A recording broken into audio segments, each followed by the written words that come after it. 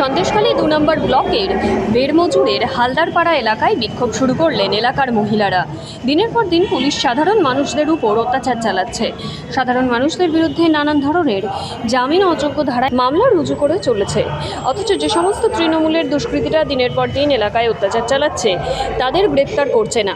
এই সমস্ত দাবিতে পুলিশের বিরুদ্ধে বিক্ষোভ।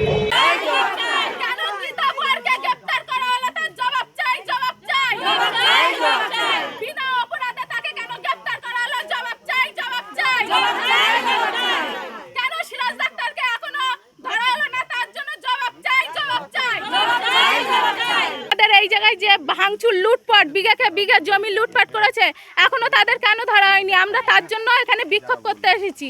কেননা এটা হবে কেন? আমাদের ঘরে ঘরে নল দিয়েছে কিন্তু জলের কোনো ব্যবস্থা নেই। আর আমরা এখানে বাচ্চা কাচ্চা নিয়ে আমরা সাঁকো স্কুল সামনে আছে, যার কারণে এখান থেকে পারাপার হতে পারে না। বৃষ্টি হলে আমাদের জীবনের ঝুঁকি নিয়ে যাতায়াত করতে হয়। কেন এই সাঁকোটা এখানে মেরামত করা হয় না?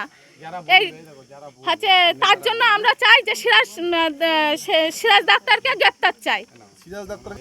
ওই তো হচ্ছে আমাদের মা বোনেদের সম্মান নিয়ে লুটপাট খেলা, বিঘাকে বিঘা জমি নিয়ে হচ্ছে কেড়ে নেওয়া, আমাদের ঘর বাড়ি লুটপাট করা, ঘরের যাবতীয় জিনিস সব কিছু ভাঙচুর করে তছনছ করে দেওয়া, এর জন্য আমরা ওকে গ্রেপ্তার চাই।